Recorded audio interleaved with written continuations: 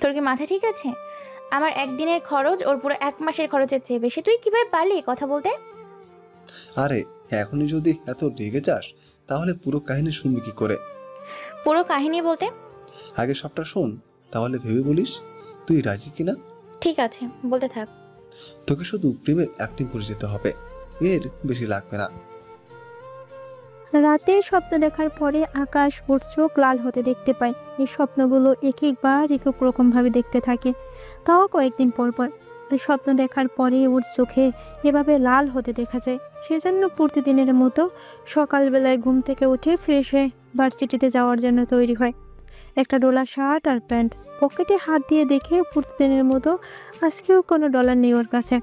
সেজন্য 2 গ্লাস পানি পান করে ভার্সিটিতে চলে আসে, কেননা ওর কাছে $1 নেই যে কোনো কিছু কিনে খাবে। তারপরও আকাশ যেমন আছে তেমনই খুশি।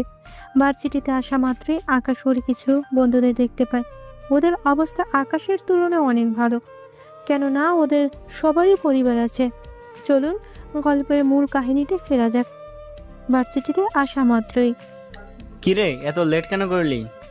তোর জন্য আমরা এতক্ষণ ধরে বসে আছি এখানে, কিন্তু তোর আসার কোনো নামই নেই। আচ্ছা, তুই যখন এসেছিস তখন চল আগে ক্যান্টিনে এসে খাই, তারপর আমরা ক্লাসে যাব। কিন্তু তোরা জানিস আমার কাছে $1 নেই। আরে চিন্তা করিস কেন, আমরা যা খাবো সেখান থেকে তোকে একটু একটু করে দিলেও অনেক হয়ে যাবে। দেখা যাবে আমাদের থেকেও তোর প্লেটে বেশি পড়ে যাবে। আচ্ছা চল তাহলে। এরা তো খেতে যায়। এই ফাঁকে আপনাদের আকাশ ওর বন্ধুদের কিছু পরিচয় দিই। আকাশের পরিবারে কেউ নেই। আকাশ একটা দোকানে কাজ করে মাসে $100 পায়, আর ওই ডলার দিয়ে ওর কোনো মতে মাস আর পড়াশোনা খরচ চলে যায়। ডলার থাকে না বলে এভাবে প্রায় সময় সকালে পানি খেয়ে দিন পার করে। তবে আকাশ অনেক মেধাবী, সেজন্য ভার্সিটিতে তেমন একটা খরচ ওকে করতে হয় না। শুধু বই খাতা কেনার ডলার হলেই হয়ে যায়। বাকিরা হলো আকাশের বন্ধু। ওরা ছোটবেলা থেকে একসাথে বড় হয়েছে, আর ওরা বন্ধুত্বের জন্য কাউকে মারতেও পারে, আবার মার খেতেও পারে। মোটামুটি আপনারা এইটুকু শুনে বুঝতে তো পেরেছেন আকাশের বর্তমান অবস্থা সম্পর্কে। চলুন এবার গল্পে ফেরা যাক। ওরা নাস্তা খাচ্ছিল তখন। কিরে, আজকে ওদেরটাকে খাচ্ছিস? তোর কি লজ্জা বলতে কিছু নেই যে সবসময় ওদের নেয়া খাবার থেকে খাচ্ছিস? দেখো ফি, তা তোকে না জানলেও চলবে। তাছাড়া তোর বাবার মতো আমার এত ডলার নেই যে তোর মতো প্রতিদিন এক একটা রেস্টুরেন্টে খাবো আর এক একটা মেয়ে নিয়ে পার্টিতে যাব। এসব করার জন্য ডলার লাগে, তোর তো তাও নেই যে তুই যাবি। তাছাড়া তোর যে অবস্থা, আমাদের বাসার চাকর তো দূরের কথা, চাকরের ঘরে কাজ করার যোগ্যতাও নেই তোর। কথাটা বলে হাসতে থাকে, আর সাথে অবির বন্ধুরাও। এটা নতুন নয়, অবি প্রতিদিন আকাশের পিছনে না লাগলে মনে হয় ওর পেটের বিরিয়ানি হজম হয় না। অবির পরিচয় আপনাদের আরেকটু পরে দিচ্ছি। এর আগে গল্পের নায়িকাকে তো খুঁজে আনি, কেননা নায়িকার আগমন না হলে তো গল্পের সিনের কাহিনীগুলো ঠিক জমে না। বলতে না বলতে নায়িকা এসে হাজির। কি রে অফি, আজকেও তুই ওকে বাদ দিলি না? কি করব, ওর পিছনে না লাগলে আমার কেমন জানি লাগে। তাই বলে প্রতিদিন লাগতে হবে? কি করব, অভ্যাস হয়ে গেছে। তা আমাকে এই হিসাবটা একটু বুঝিয়ে দিবে? এরপর অবিকে দেখায়।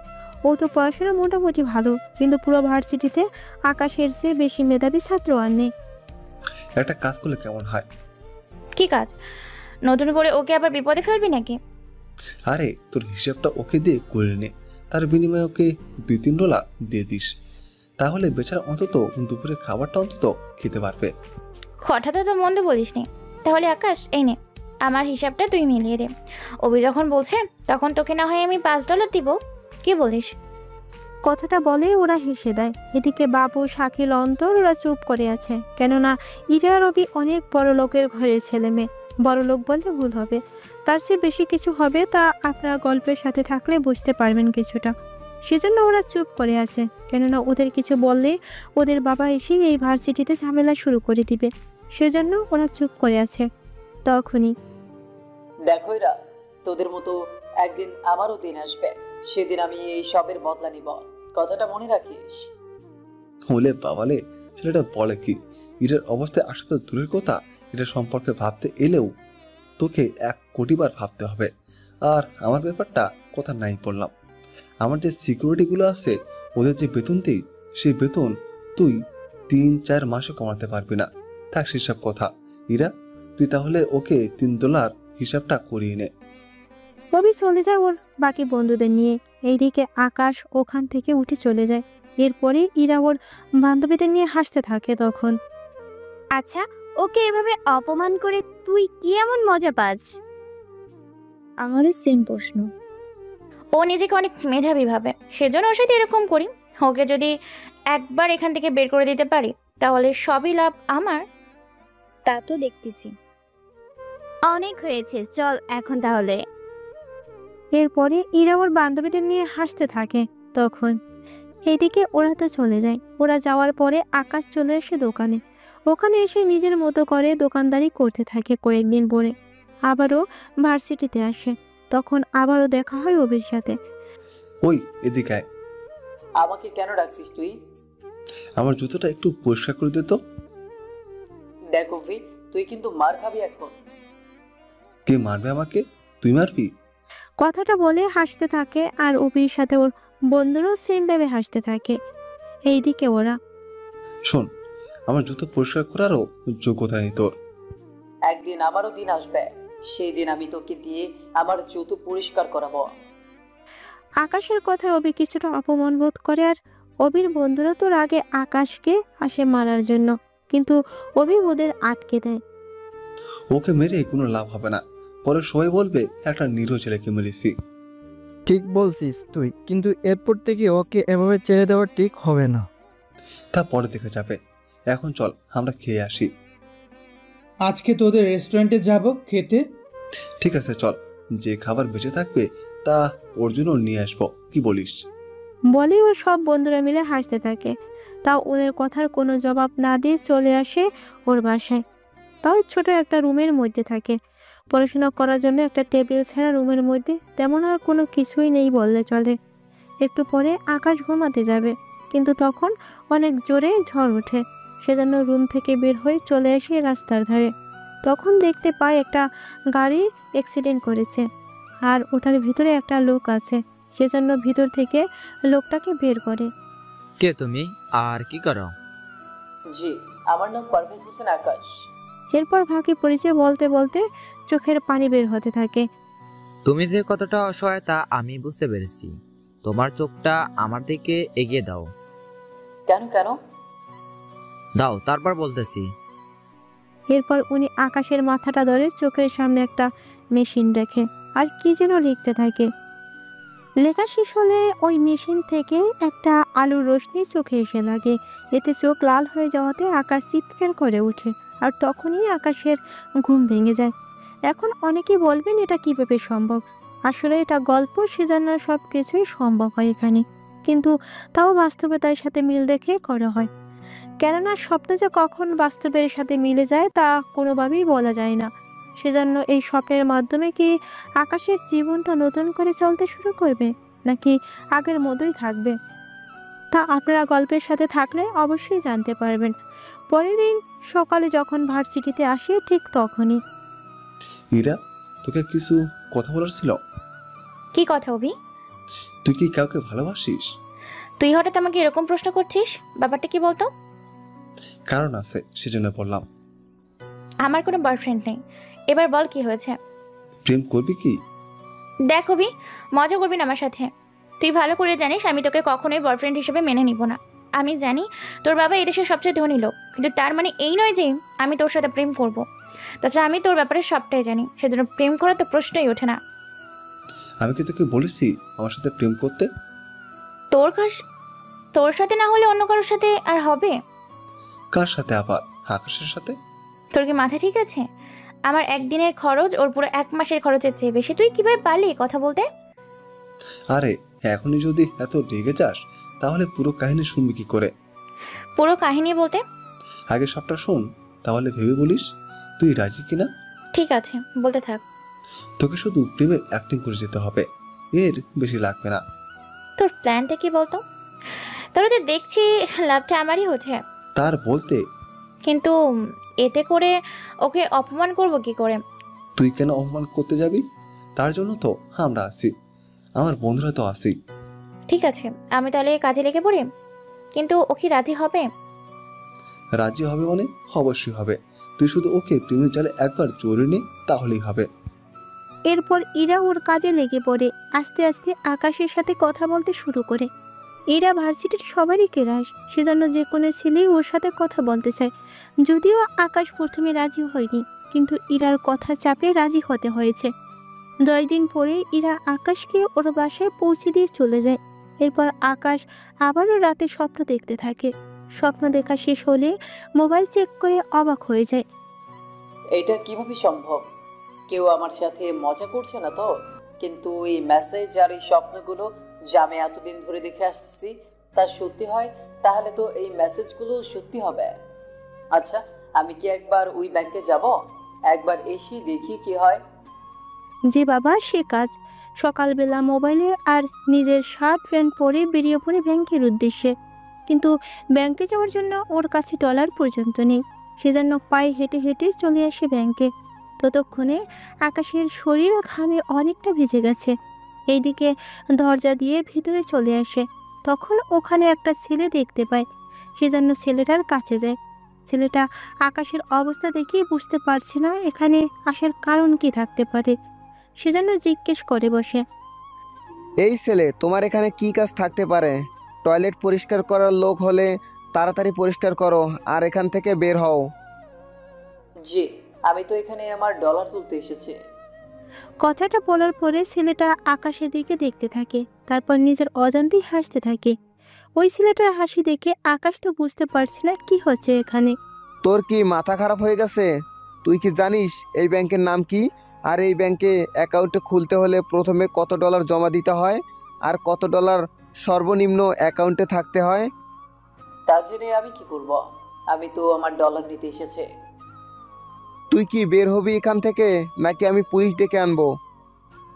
যাকে খুশি আনুন, তাতে আমার কোনো আপত্তি নেই, কিন্তু আমি আমার ডলার নিয়ে যাবই। বুঝেছি, তোকে কথায় কাজ হবে না, যা করার করেই দেখাতে হবে। এই বলে সিকিউরিটিকে ডাক দেয়। সিকিউরিটি আসার আগেই আকাশ দৌড়ে এসে ম্যানেজারের রুমে চলে আসে। এতে ছেলেটাও পিছনে তো আসি, কিন্তু ভিতর থেকে লক করে দিয়েছে। সেজন্য বাহিরে দাঁড়িয়ে চিল্লাতে থাকে, কেননা বলাতে যায় না ম্যানেজারের কোনো ক্ষতি না করে বসে। এই জন্য টেনশন হচ্ছে। এদিকে হঠাৎ দরজা বন্ধ করতে ম্যানেজার তো ভয় পায়। সেজন্য কে তুমি? আর এখানে কেন এসেছো? তাই এসেছো যখন দরজা কেন বন্ধ করলে? আপনার সাথে আমার কিছু কথা আছে। আমার সাথে আবার কি কথা থাকতে পারে? আমি এসেছি ডলার তোলার জন্য, কিন্তু আপনার কর্মচারী আমার সাথে অনেক বাজে ব্যবহার করতেছে, সেই জন্য আমি আপনার কাছে এসেছি। আচ্ছা বসুন আপনি। তো আপনার কার্ড বের করুন, আর কত ডলার নেবেন তা আমাকে জানান, আমি বের করে দিচ্ছি। সেটাই তো বড় সমস্যা। মানে আমি ঠিক বুঝলাম না। আমার কাছে কার্ড তো নেই। যখন আপনার কার্ড নেই তখন ডলার তুলবেন কি করে? আমি শিওর আপনি এখানে চুরি বা কোনো ঝামেলার জন্য এসেছেন। আমি এক্ষুনি পুলিশকে কল দিব। পুলিশকে কল করতে হবে না, আপনি একটা কাজ করুন, আই স্ক্যানার মেশিনটা দেন তো। তুমি কিভাবে জানো এই মেশিনের কথা? আমি কিভাবে জানি সেটা বড় কথা নয়, বড় কথা হচ্ছে আপনি মেশিনটা দিবেন কিনা সেটা বলুন। আকাশের কথায় ম্যানেজার মেশিন তো এগিয়ে দেয়। এরপর ওখানে আকাশ নিজের চোখ মেলে তাকায়। তখন ওখানে একটা লাল লেখা ওঠে। এতে ম্যানেজারের তো সন্দেহ আরো বাড়তে থাকে। তুমি কি ভেবেছো এই মেশিনে আসবে আর ভুলভাবে স্ক্যান দিবে আর তোমাকে মেশিন গ্রহণ করে নিবে? সেটা তুমি ভাবলে কি করে? আমি এক্ষুনি পুলিশকে কল দিয়ে এখানে আসতে বলতেছি। আমাকে আর একটা সুযোগ দিন, আমি আর একবার দিব। সে যাই করো, তবে এটা লাস্ট। যদি তোমার তথ্য না আসে তাহলে সাথে সাথে কল চলে যাবে পুলিশ স্টেশনে। আমি কি মুখটা ধুয়ে নিতে পারি? পারো, যাও এখানে আর খুঁয়ে নাও। এরপর আকাশ মুখের সাথে চোখটাও লাল করে ধুয়ে তারপর আবার তাই স্ক্যানার মেশিনের সামনে চোখ রাখে। এবার মেশিনে সবুজ সিগন্যাল দেখাচ্ছে। আর তখনই ম্যানেজারের ফোনে একটা মেসেজ আসে। সেখানে আকাশের নাম দেখে ম্যানেজার তো অবাক হয়ে যায়, কেননা আকাশের নামের নিচে যে ডলারের অ্যামাউন্ট ছিল তা দেখে উনি বেশ অবাক হয়। স্যার আপনি মিস্টার? হ্যাঁ আমি। কেন, চিনতে কি পারেননি? সত্যি সরি স্যার, আমি আপনাকে চিনতে পারিনি। আপনি দাঁড়িয়ে আছেন কেন? বসুন এখানে। বুঝতেছি। তা অ্যাকাউন্টে কি শুধু ওই কয়েকটা ডলারই আছে নাকি আরো কিছু আছে? আছে মানে আরো অনেক কিছু আছে, যা বলে শেষ করা যাবে না। আপনার অ্যাকাউন্টের বাইরে একটা লকার আর কিছু ডিপোজিট করা আছে, আর ওখানে আরো কিছু আছে। ঠিক আছে, আমাকে ডিটেলস বলতে থাকো। এরপর ম্যানেজার সবটা বলতে থাকে, কিন্তু তাতেও শেষ হচ্ছে না। এইদিকে আকাশও নিজের কানকে বিশ্বাস, আর আজকে এসব ঘটনা ঘটে যাচ্ছে তাও নিজেকেও বিশ্বাস করাতে পারছে না। কেননা ম্যানেজার যা কিছু নাম আর কতটুকু আছে যেভাবে বলতেছে, মনে হচ্ছে উনি কোনো গল্পের বই পড়তেছে, যেখানে যা খুশি তাই বলা যায়, লেখা যায়। হয়েছে, আর বলতে হবে না। আচ্ছা, আমি যদি এই সব কিছুকে ডলারে নিয়ে আসি, তাহলে ডলারের পরিমাণ কত হয়ে দাঁড়াবে? সেই সব করতে গেলে আমাকে 1 মাসের মতো সময় দিতে হবে। তবে এইটুকু বলতে পারি, তা দিয়ে আপনি আমাদের দেশে 3 ভাগের 1 ভাগ কিনে নিতে পারবেন। আর আপনি হচ্ছেন আমাদের এই ব্যাংকের সবচেয়ে বড় কাস্টমার। আপনার যা কিছু আছে তা আমাদের এই ব্যাংকের পুরো কাস্টমার ডলার হিসেবে করলেও আপনার অ্যাকাউন্টে থাকা ডলার অর্ধেকও হবে না। আচ্ছা, আমি তো সবসময় এইভাবে স্ক্যানার দিয়ে ডলার তুলতে আসতে পারবো না, সেই জন্য এখন কি করা যায়? আপনি আমাকে শুধু 10 মিনিট সময় দিন, আমি নিজে আপনার জন্য একটা কার্ড বানিয়ে আনতেছি। আর এই কার্ড আপনি যে কোনো মেশিনে দিয়ে ইউজ করতে পারবেন। ঠিক আছে, তাড়াতাড়ি করুন, আমার হাতে সময় নেই। এদিকে ম্যানেজার তাড়াতাড়ি করে রুম থেকে বের হয়ে কার্ড বানাতে চলে আসে। কিছুক্ষণের মধ্যেই কার্ড বানিয়ে আনে। এই নিন স্যার আপনার কার্ড, আর যে কোনো প্রয়োজনে শুধু আমাকে একটা কল দিবেন, আমি আপনাকে সাহায্য করব সবার আগে। তাহলে কি আমি এখন যেতে পারি? জি স্যার, অবশ্যই যাবেন, তবে একটু কিছু খেয়ে যান। ঠিক আছে, ঠান্ডা পানি কিছু আনিয়ে নিন। আমি নিজে আপনার জন্য নিয়ে আসতেছি। আকাশ মানা করলো, ম্যানেজার নিজে এসে সবটা করতে থাকে। এরপর আকাশ বের হয়ে চলে আসে। তখন ছেলেটা এসে আকাশের সামনে দাঁড়ায়। আপনি কে? আর ম্যানেজার স্যার আপনার জন্য এত কিছু করতেছে, আমার তো কিছুই মাথায় আসছে না। উনি তো আমাদের কোনো কাস্টমারের জন্য এইসব করে না, তাহলে আপনার জন্য কেন করলো? তোমার মাথায় কোনো কিছু আনার প্রয়োজন নেই, যেভাবে আছো সেভাবেই থাকো। আমি কে তা জেনে তোমার কোনো কাজ নেই। তবে একটা কথা মনে রেখো। কি কথা? কারো পোশাক দেখে তার ব্যক্তিত্ব যাচাই করো না, কেননা অনেক কয়লার ভেতরেও কিন্তু হিরে লুকানো থাকে। সরি স্যার, এরকমটা কখনো হবে না। এরপর আকাশটা চলে আসে। এদিকে এসে ঘুমিয়ে পড়ে। ভেবেছিল স্বপ্ন দেখতেছিল প্রতিবারের মতোই। সেজন্য পরের দিন ঘুম থেকে রেডি হওয়ার সময় কার্ড দেখতে পায়। কার্ড হাতে নিয়ে অবাক হয়ে তাকিয়ে থাকে। এটা কিভাবে সম্ভব? স্বপ্ন কিভাবে সত্যি হতে পারে? আচ্ছা, এই কার্ড আজও কাজ করে কিনা তা তোমাকে দেখতে হবে। তবে ধরে বড় কোনো রেস্টুরেন্টে যাওয়া যাবে না, আগে কিছু ডলার উঠিয়ে নিই, তারপর বাকিটা দেখা যাবে। যে বাবা সে কাজ। কার্ড নিয়ে বেরিয়ে পড়ে। বাইরে একটা ব্যাংকে এসে কার্ড দিয়ে ডলার বের করে নেয়। আসলে এটা এমন একটা কার্ড যে কার্ডের মাধ্যমে খুব সহজে যে কোনো ব্যাংক থেকে চাইলে ডলার উঠিয়ে নিতে পারবে। সামান্য কিছু ডলার নিয়ে চলে এসে ভার্সিটিতে। আজকে আকাশ এত যে খুশি, ওরা সবাই ওর কাছে আসে। কিছু তো বল। কিরে, কোনো লটারি পেলি নাকি? তেমন কিছুই ধরে নিতে পারছো? তাহলে তো খাওয়া হবে। ঠিক বলেছিস বন্ধু। আচ্ছা, খাওয়াবো, তবে আজকে না, কালকে। আজকে সমস্যা কি? আজকে এত বেশি ডলার না হয়নি। যা আছে তাতেই হয়ে যাবে। আচ্ছা শোন, এরা কেউ কি সাথে নিয়ে নিব? আচ্ছা, তোর কি মনে হয় ইরা তোকে সত্যি ভালোবাসে? আমি তো নিজেই ওকে ভালোবাসি না, সেখানে ও আমাকে ভালোবাসলো কি বাসলো না তাতে আমার কিছুই যায় আসে না। তবে আমার মনে হয় না ইরা তোকে ভালোবাসে, আমার মনে হয় ইরা তোকে ইউজ করতে চাইছে। আমার কাছে তো তেমন কিছুই নেই যে ও আমাকে ইউজ করবে। তোর মেধাকে তো কাজে লাগাচ্ছে। আচ্ছা, যেভাবে চলতেছে সেভাবেই চলতে থাক, দেখি কি হয়। এদিকে ক্যান্টিনে ওদের খাওয়াতে থাকে। এইদিকে রিমু আর রিয়া তা দেখে ফেলে। সেজন্য ওরা ঈদের কাছে আসে। এটা আজকে কি দেখলাম? কি দেখছিস বলবি তো? আমার নিজের মুখে বলতে ইচ্ছে হচ্ছে না। রিয়া, তুই বল। তোরা তো ভূমিকা না করে কি হয়েছে বলবি তো? আকাশকে দেখলাম ওর বন্ধুদের খাওয়াচ্ছে। তো এখানে খারাপের কি আছে? ওর কাছে এতগুলো ডলার আসলো কি করে? আমার তো সেম প্রশ্ন। আচ্ছা এরা, তুইও বরং ওখানে যা, তাহলে কিছুটা হলেও আন্দাজ করতে পারবি। আমি একটু অফিসের কাজে 3-4 দিনের জন্য দেশের বাইরে থাকবো, তুই বরং ততদিন সাবধানে থাকিস। রকি আর রনি তোরা ইরার খেয়াল রাখিস। আর আমি কি তোর জন্য সিকিউরিটি রেখে যাব? সিকিউরিটি তো আমি নিজেই রাখতে পারি, কিন্তু পার্সোনাল কোনো কাজ করতে এলেই তো সমস্যা, সেজন্য কিছু করারও থাকে না। আচ্ছা সমস্যা নেই, আঙ্কেলের তো সিকিউরিটি আছে, লাগলে ওখান থেকে নিয়ে নিস। লাগলে নিয়ে নিব, তাহলে তুই সাবধানে যা। এদিকে ইরা ওখান থেকে উঠে চলে আসে ক্যান্টিনে। ক্যান্টিনে এসে দেখে সত্যি সত্যি আকাশ বন্ধুদের খাওয়াচ্ছে, সেজন্য ওর পাশে এসে বসে পড়ে আরও কিছু খাবার অর্ডার দেয়। এ কি, তুমি কখন এলে? আসলাম আর খাবার অর্ডার দেওয়া শেষ। তা আজকে খাবারের বিল কে দিবে? কে আবার? তুমি যখন এসেছো তুমি দিবে। ঠিক আছে, আমি না হয় দিলাম। আরে ওরা মজা করছে, বিল আমি দিব, তোমার যা ইচ্ছে হয় খেয়ে নাও। তুমি হঠাৎ এতগুলো ডলার পেলে কি করে? পেয়েছি কোনো না কোনো ভাবে, তাছাড়া চিন্তা করো না, এখন আর আমি আগের মতো চলাফেরা করব না, নিজেকে একটু চেঞ্জ করব। কিরকম শুনি? পরেই দেখতে পারবে, এখন খাওয়া শেষ করে দাও। এরপর ওরা খাবার খায়, বিল সবটা আকাশ নিজেই দেয়। এরপর ওরা যখন বের হতে যাবে তখন তোমার সাথে কিছু কথা আছে আমার। কি কথা? চলো আমরা একটু শপিংয়ে যাব। কিন্তু আমার কাছে তো এখন ডলার নেই যে তোমাকে শপিং করাতে পারবো। আমি কি বলেছি তোমাকে বিল দিতে? বিল তো আমিই দিব। আচ্ছা চলো তাহলে। এরপর ওরা বেরিয়ে পড়ে, কিন্তু সাথে রিয়ার রিমও আছে। ওদের দেখে একটু অবাক হয়। আচ্ছা ওরা কেন যাবে? বাইরে, ওরা আমার বান্ধবী, ওরা তো যেতেই পারে, তাছাড়া ওরা নিজেদের জন্য শপিং করবে। কিছু কি হয়েছে? কি রে আকাশ ভাইয়া, মনে হচ্ছে আমরা যাওয়াতে মোটেও খুশি না। ঠিক আছে, আমরা তাহলে নেমে যাচ্ছি। আমি তো এমনটা বলিনি, চলো তাহলে। এরপর ওরা শপিংয়ে আসে, এসে কিনতে থাকে এক এক করে। এবার যখন বিল দেওয়ার পালা হয় তখনই কি ব্যাপারীরা, তুই কেন বিল দিচ্ছিস?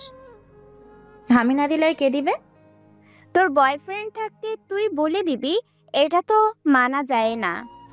আমিও তো সেম কথা বলি। বাদ দে তো তোরা, তাছাড়া ওর কি আর সেই ক্ষমতা আছে যে আমাকে কোনো কিছু কিনে দেবার?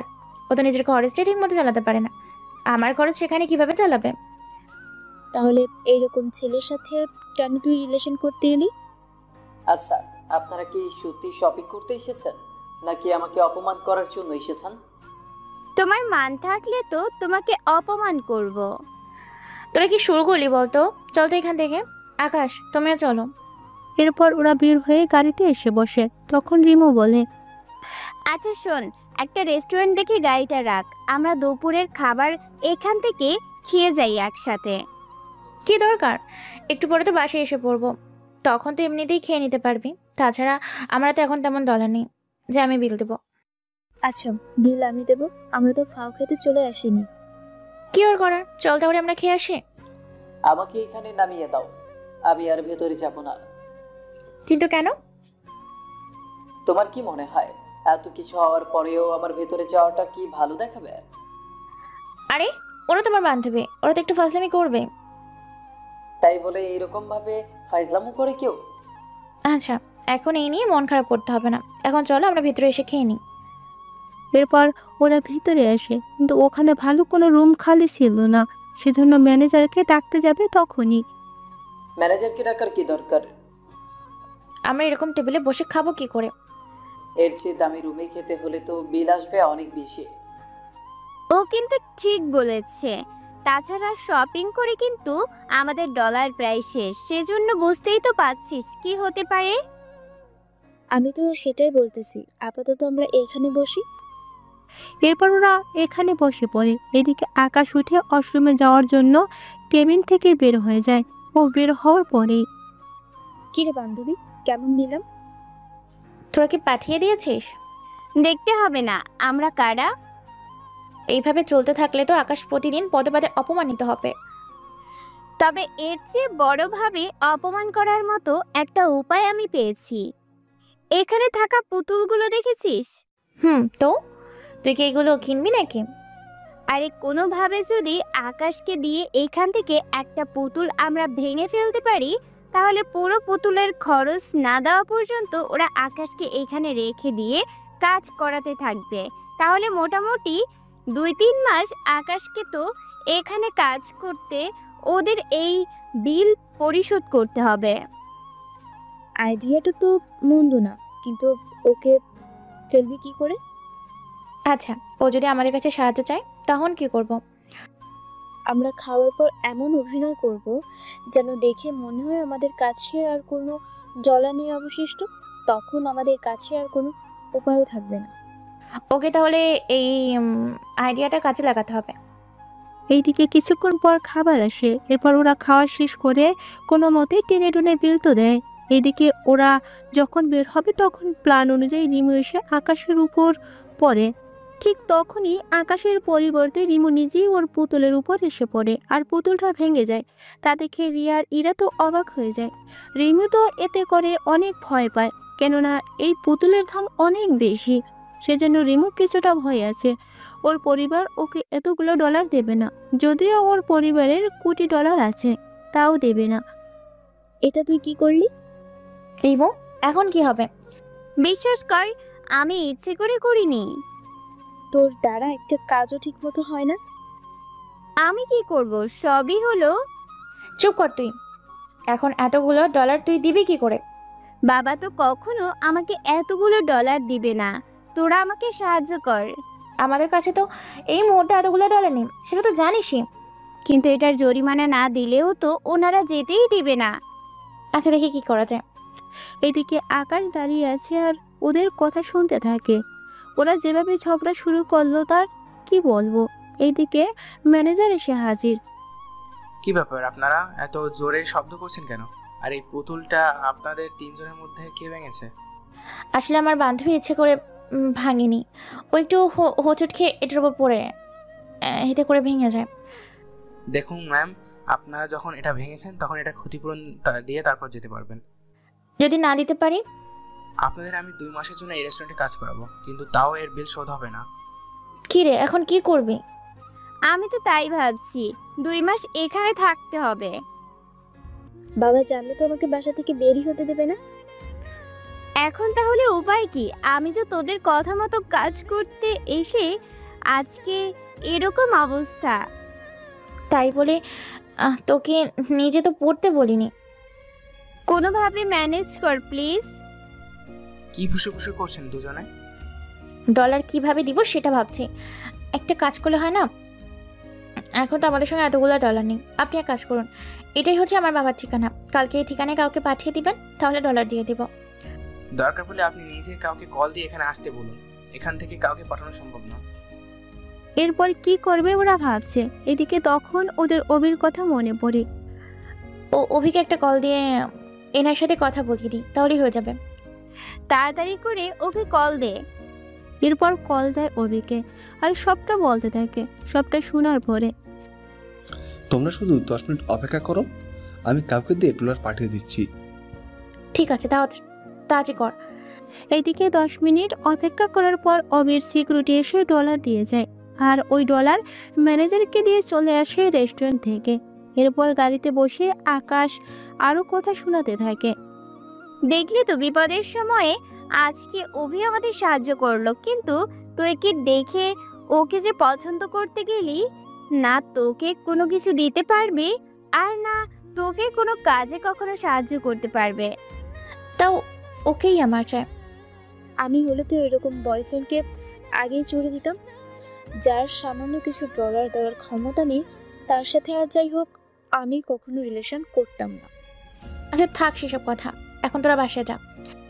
এরপর গাড়িতে বসে আকাশকে আরো কথা শোনাতে থাকে। এরপর ওরা বাসায় যায়। এদিকে আকাশকে নামিয়ে দিয়ে ইরা ওর বাসায় চলে যায়। এদিকে আকাশ পরের দিন আসে ওই ব্যাংকের। তখন রিমু আর রিয়া ওকে দেখে ফেলে, কেননা ওরা দুজনেই এসেছে কিছু কাজে, কেননা ওরা নিজেদের বাবার অ্যাকাউন্ট খোলার জন্য এসেছে। সরি ম্যাম, আমাদের এখানে এত কম ডলারে অ্যাকাউন্ট খোলা হয় না। কি বলছেন? কি 1 কোটি দিচ্ছি তাও বলছেন হবে না? জি ম্যাম, অ্যাকাউন্ট খুলতে হলে আপনাকে আরও 1 কোটি জমা দিতে হবে। দোস্ত, আমিও তো সেম ভাবে 1 কোটি এনেছি, এখন বাবাকে কি বলবো? সেটাই ভাবছি। তাহলে আর কি, চল এখান থেকে। ওরা যখন বের হবে তখনই ওরা আকাশকে দেখতে পায়, সেজন্য পিছনে থেকে ডাক দেয়। কি ব্যাপার, এখানে লোনের জন্য এসেছিস নাকি? আর লোনের জন্য কেন আসবে? হয়তো দেখ টয়লেট অথবা মেঝে পরিষ্কার করার জন্য এনেছে। তা দাঁড়িয়ে আছো কেন? যাও ভিতরে এসে পরিষ্কার করো। তাও যদি কিছু ডলার রোজগার হয় তাহলে তো ভালোই হবে। তার বলতে আমি না হয় টয়লেট পরিষ্কার করতে এসেছি, তা তোমরা কি এখানে মেঝে পরিষ্কার করার জন্য চাকরি নিচ্ছ নাকি? কথাটা শোনার পরে রিমু আর রিয়া অনেক অপমান হয়, তাও কোনো কিছু আর বলেনি। একটু পরে রিয়া চল তো, এর সাথে কথা বলে সময় নষ্ট করা যাবে না। চল তাহলে। এদিকে ওরা চলে আসে। একটু পরে আকাশও নিজের কাজ শেষ করে বের হয়ে ভার্সিটিতে আসে। ওখানে এসে শুনতে পায় রিমু আর রিয়া ওর ব্যাপারে ভার্সিটিতে অনেক কিছু বানিয়ে বানিয়ে বলছে। এদিকে এই ব্যাপারটা নিয়ে আকাশ চলে এসে ইরার কাছে। তোমার বান্ধবীরা এইসব কি বলতেছে? যাই বলো, ভুল কিছু তো আর বলেনি। তুমি ওদের সাথে সাথে আমাকে এইগুলো বলতেছো? ওরা তো ভুল কিছু বলেনি। তাছাড়া তোমাকে যা যা বলার জন্য এসেছি। কি দরকার ছিল এত বড় ব্যাংকে এসে এই কাজগুলো করার? তুমিও দেখি শুরু করে দিলে। শুরু তো তুমি নিজেই আগে করলে। আচ্ছা বাদ দাও, শুনলাম ভার্সিটিতে একটা ছেলে ভর্তি হয়েছে। ছেলেটার নাম নাকি অনেক ধনী ও পাওয়ারফুল। কি বলো? অভির থেকেও পাওয়ারফুল? তার বলতে? তা নাম কি ছেলেটার? কি নাম যেন, ধুর মনে পড়ছে না। তবে র দিয়ে শুরু ওর নাম। রাজীব চৌধুরীর একমাত্র ছেলে রিয়াজ। তবে ছেলেটা নাকি ভার্সিটিতে আসবে না। বাহ, এর জন্য তোমার দেখি অনেক আফসোস হচ্ছে। আফসোস তো হবেই। এই ভার্সিটিতে তুমি ছাড়া আর কেউ নেই যে এতটা গরিব হয়ে থাকতেছে। একদিন দেখবে আমারও সবকিছু হবে, আর ওই দিন সবাই শুধু তাকিয়ে দেখতে থাকবে। সেসব দেখা পর্যন্ত বেঁচে থাকতে পারবো কিনা জানি না। চিন্তা করো, 1 বছরের ভেতরেই তুমি সবকিছু দেখতে পারবে। এই বলে চলে আসে ওখান থেকে। এসে নিরিবিলি একটা গাছের নিচে বসে ভাবতে থাকে ছোটবেলার কাহিনীগুলো, বোঝার চেষ্টা করে। কিছুক্ষণ পরেই তুই এখানে? আমরা তোকে আরো পুরো ভার্সিটি খুঁজতেছি। আমাকে কেন খুঁজছিস? আমরা শুনলাম অভি নাকি কাউকে মেরেছে, সেজন্য ভাবলাম তোকে হয়তো মারার জন্য এরকম করছে, সেজন্য আমি। আরে আমার কিছুই হয়নি। তা শুনলাম আজকে একটা ছেলে ভর্তি হয়েছে। ছেলেটার অনেক ডলার আছে, তার উপর অনেক রাগী। কথায় কথায় বন্দুক বের করে গুলি করার ভয় দেখায়। তা এতে আমাদের কি আছে? এতে তো আমাদেরই অবস্থা। কিরকম? অন্তর এবার সবটা বলতে থাকে, সবটা যা বোঝার বুঝতে থাকে। তাহলে একটা কাজ করলে কেমন হয়? কি কাজ? আমরা ওই রিয়াজের সাথে যদি অভির একটা ঝামেলা করে ফেলতে পারি, তাহলে কিন্তু এতে আমাদের জন্যই লাভ হবে। কেননা ওদের মধ্যে ঝগড়া হলে দেখতে কতই না ভালো লাগবে। কিন্তু ঝগড়াটা লাগাবে কি করে? সময় হলে সবই জানতে পারবি। এখন শুধু দেখে যা কি কি হতে চলেছে। তাছাড়া ঝগড়া আমাদের লাগাতে হবে না। তাহলে কিভাবে কি হবে? যা করার ওরাই করবে। কিন্তু কিভাবে? আমার তো মাথায় কিছু ঢুকছে না। তোরা আপাতত চুপ করে থাক, বাকিটা সময় হলেই বুঝতে পারবি। এরপর সময়ও যেতে থাকে। যেতে যেতে 7 দিন কেটে যায়। তখন রিয়াজ আসে 15 জন সিকিউরিটি নিয়ে ভার্সিটির মধ্যে, তার সাথে আরো 3টা গাড়ি নিয়ে। রিয়াজকে দেখে তো সব মেয়েরাই ক্রাশ খাওয়ার মতো অবস্থা হয়ে যায়, কেননা জিম করা বডি ছিল রিয়াজের। এদিকে অবিও ভার্সিটির মধ্যে চলে আসে। তখনই রিয়াজের সিকিউরিটির জন্য অবি ঠিকমতো হাঁটতে পারছিল না, সেজন্য ওদের সামনে থেকে সরাতে যাবে সিকিউরিটিগুলো বাধা দেয়। আপনি এদিকে যেতে পারবেন না? আমি কেন যেতে পারবো না? দেখছেন না এখানে আমাদের স্যার যাচ্ছে। তোমাদের স্যারকে বলো এখানে অভি চৌধুরী আছে। সে আপনি যেই হন না কেন এখান থেকে সরে দাঁড়ান। এদিকে এই কথা বলাতে অবি অনেক রেগে যায় আর সিকিউরিটিকে একটা ঘুষি মারে। এতে বাকি সিকিউরিটিগুলো অবিকে মারার জন্য আসে। সেখানে রকি আর রনি এসেও সিকিউরিটিগুলোকে থামাতে থাকে।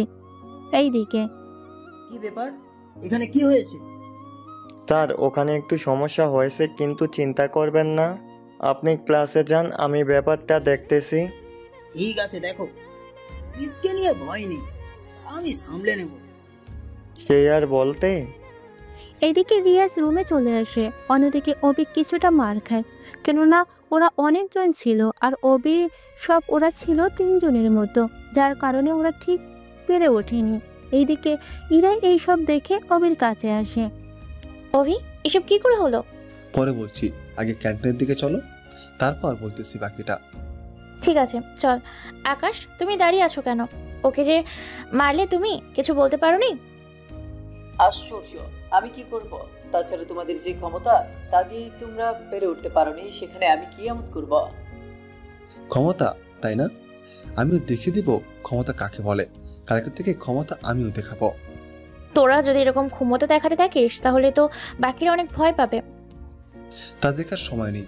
কাল থেকে ইরা তুমিও সিকিউরিটি আনবে, আর আমি এত বেশি সিকিউরিটি নিয়ে আসবো যে ভার্সিটিতে জায়গা দিতে পারবে না। এখন হসপিটালে চলো, তোমাকে আগে হসপিটালে নিয়ে যাই। হসপিটালে যাওয়ার মতো কিছু হয়নি, আমি এখানেই আছি। আমিও দেখি কে সেই ব্যক্তি যার জন্য আমার শরীরে হাত দিল ওরা। এইদিকে রিয়াজ ক্লাস শেষ হয়ে বের হয়, কিন্তু অবির একবার জুনিয়র রিয়াজ, কিন্তু তা ওরা নিজেরাও জানে না। কিছুক্ষণ পরে রিয়াজ যখন বের হয়, সাথে সিকিউরিটিগুলো পাশে থাকে। আচ্ছা, তোমরা তখন কাকে যেন মারলে? সে কি আছে এখনো, নাকি হসপিটালে গেছে? স্যার, তা তো আমরা জানি না, তবে 1 মিনিট সময় দিন আমাকে, আমি চেক করে জানাচ্ছি। 1 মিনিট পর সিকিউরিটি এসে জানায়। সবটা শোনার পরে ওই ছেলেটার কাছে নিয়ে চলো আমাকে। কিন্তু স্যার, ওরা যদি আপনাকে... তোমরা তো আছো। জি স্যার, চলুন। এরপর ওরা আসে অবির কাছে। অবি তো রিয়াজের দিকে তাকাচ্ছে আর রাগে ফেটে যাচ্ছে। রিয়াজ অবির সামনে এসে, দেখো, তোমরা তো সিকিউরিটি সম্পর্কে জানো না, সেই জন্য আমার ধারে কাছে আসতে গেলে তো এরকম অবস্থা হবেই তোমাদের। সেই জন্য ভিআইপি লোকেদের চিনে রাখো, ভবিষ্যতে আমার ধারে কাছে আসার চেষ্টাও করবে না, মনে থাকবে। ও তাই নাকি? আমি তো আসলে জানতাম না সে যাকে আমি কে, কি আমার পরিচয়, তা তুই খুব তাড়াতাড়ি জানতে পারবি। আর তার জন্য হয়তো তোকে অনেক আফসোস করতে হবে। এই রিয়াজ চৌধুরী কোনো ব্যাপারে আফসোস করে না, যা দরকার বা যা পছন্দ হয় তা চিনিয়ে নিয়ে আসে। দেখা যাক তোর দৌড় কত দূর। রিয়াজ তো চলে যায় সিকিউরিটি নিয়ে। এদিকে অবি, ইরা, তুই সিকিউরিটি নিয়ে আসবি। এক কথায় তোরা সিকিউরিটি নিয়ে আসবি আজকে থেকে ভার্সিটিতে। কিন্তু আমি কি করব? তোমার কিছু করার ক্ষমতা থাকলে তো করবে। সেজন্য ভাই তুমি চুপ থাকো। ইরা, আমি গেলাম বাসার দিকে। এদিকে অবি বাসায় আসে, আর ওকে এরকম অবস্থা দেখে অবির বাবা তো ঘাবড়ে যায়। কার এত বড় সাহস আমার ছেলের এরকম অবস্থা করেছে? ভার্সিটিতে একটা ছেলে এসেছে। তাতে কি হয়েছে? তুই কি একটা ছেলের কাছে মার খেয়েছিস? এরপর অবি সবটা বলতে থাকে। সবটা শোনার পরে, ওর এত বড় সাহস তোকে সিকিউরিটি দিয়ে মার খাওয়ায়? হ্যাঁ আব্বু, প্রথম দিনই আমার এরকম হার করেছে। তাহলে এবার তুমি পৌঁছে দেখো কি হয় সামনের দিকে। সেজন্য আমিও কাল থেকে সিকিউরিটি নিয়ে যাবো ভার্সিটিতে। তুমি সিকিউরিটির ব্যবস্থা করো। আমি তো তোকে আরও অনেকবার বলেছি সিকিউরিটি নিয়ে ভার্সিটি যাবি, যেখানে যাস না কেন ওদের নিয়ে যাবি, কিন্তু তুই তো আমার কোনো কথাই শুনিস না। কাল থেকে নিয়ে যাব, আর তুমি 20 জন সিকিউরিটি ব্যবস্থা করো। ঠিক আছে, কালকে নিয়ে যাস তাহলে ভার্সিটিতে। এদিকে ইরাও বাসায় এসে ওর বাবাকে জানায় সবটা। উনি জানার পরে, ওই ছেলে আর ওর বাবা তো অনেক বেশি খারাপ। রাজীব চৌধুরীর ছেলে রিয়াজ চৌধুরী। কি বলছো কি তুমি? ঠিক বলেছি। তোমার সাথে কি কিছু হয়েছে? হয়েছে, তাও কয়েক বছর আগের কথা। রফিক, কত বছর হবে? এই তো 15 বছর আগের কথা। তাহলে বলো আমাকে। কিন্তু এতে কিছু সমস্যা হয়েছে, তুই জানলে হয়তো কষ্ট পাবি। তারপরে তুমি বলো আমাকে। 15 বছর আগে। অতীত ফ্ল্যাশব্যাক। 15 বছর আগে ইরা অনেক ছোট ছিল। তখন আনুমানিক ইরার বয়স হবে 5 থেকে 7 বছর, আর রিয়াজেরও প্রায় 9 বছর হবে। তখন ইরার বাবা রিয়াজের বাবা বিজনেস পার্টনার ছিল। ঠিক তখন। আচ্ছা, আমাদের ব্যবসার জন্য তো অনেক ডলার লাগবে। তা তো লাগবেই, কিন্তু আমার যা কিছু আছে তা দিয়ে হয়ে আরও থাকবে। কিন্তু আমার কি হবে? আমার তো লোন নিতে হবে। তুই একটা কাজ করতে পারিস। কি কাজ? তোর বাড়িটার কিছু জায়গা জমি আছে, সেগুলো আমার কাছে বন্ধক দিয়ে দে। আমি তোকে আমার কোম্পানির 40% শেয়ার দেবো, আর বাকি 60% আমার থাকবে। কি বলিস? আমাদের তো 50% করে শেয়ার নেওয়ার কথা ছিল। কিন্তু 50% শেয়ার যে তোকে দেবো সে পরিমাণ ডলার কি আছে তোর কাছে? তা তো নেই।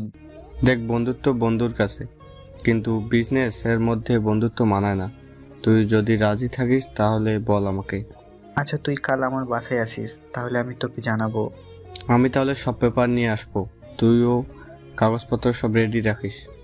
ঠিক আছে, আমি রেডি করে রাখবো। এইদিকে পরের দিন রাজীব চলে আসে রফিকের বাসায়। এসে নিজেদের মধ্যে কথাবার্তা বলতে থাকে। কথা শেষ হওয়ার পরে রফিক চৌধুরী নিজের বাড়ি থেকে শুরু করে সব কিছু রাজীবের কাছে বন্ধক দিয়ে দেয়। আর এইদিকে রাজীব বিজনেসের কাগজ রফিককে দিয়ে দেয়। এভাবে চলতে থাকে কয়েকদিন। ওদের ব্যবসা ভালোই চলতে থাকে। 3 মাস পরে, আচ্ছা, তোর মেয়ে তো ভালোই বড় হচ্ছে। তোর ছেলেও তো ভালোই বড় হচ্ছে।